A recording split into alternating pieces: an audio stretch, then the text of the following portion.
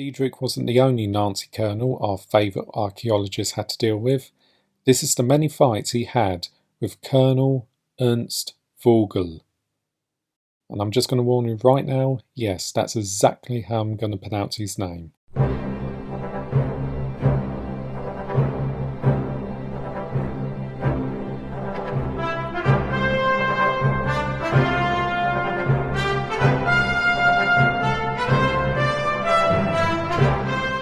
In early versions of the film script, Vogel was actually going to make it to the Temple of the Sun, with his fate going to Donovan. However, he was either going to be crushed by a rock after trying to steal the Grail, or get his head chopped off by one of the temple's traps. Donovan's actor, Julian Glover, actually auditioned to play Vogel, but the role went to fellow Brit Michael Pine. An interesting fact is Vogel is the German word for bird, which makes his death in the final film darkly ironic. Much like his predecessor Diedrich, Vogel was a ruthless SS colonel who was tasked with tracking down any Christian artifacts for Hitler. However, Vogel was a lot more brutish, preferring to get personal with his enemies and actually fight them one-on-one. During the search for the Grail, he was allied with Walter Donovan and Elsa Schneider. First seen pretending to hold Elsa hostage so Jones can hand them the Grail diary.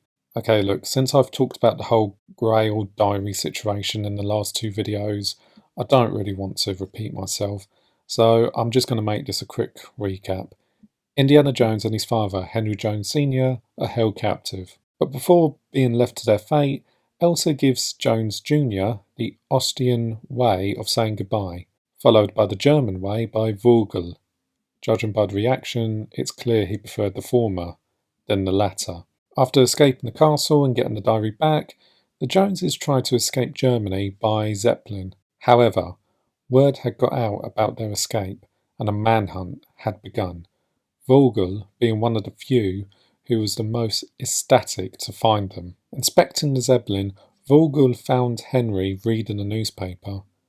But before he could report him, Jones, disguised as a steward, stopped him by punching him and, realising he didn't even have a ticket, threw him out of the airship.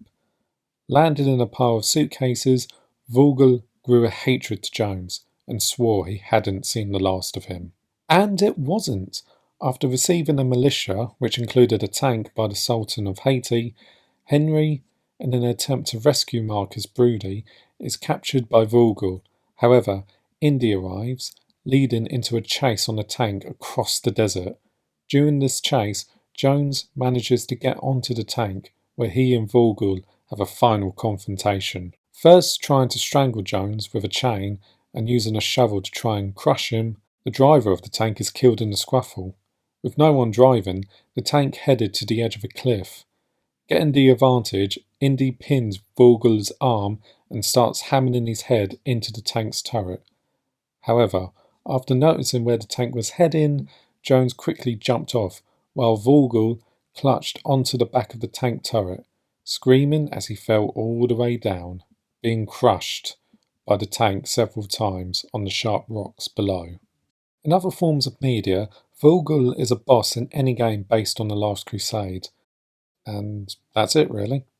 And with him, we have reached the end of the original trilogy. Next time, we're jumping ahead a couple of years later with Urena Spalko. Vogel, Vogel, Vogel, Vogel, Vogel.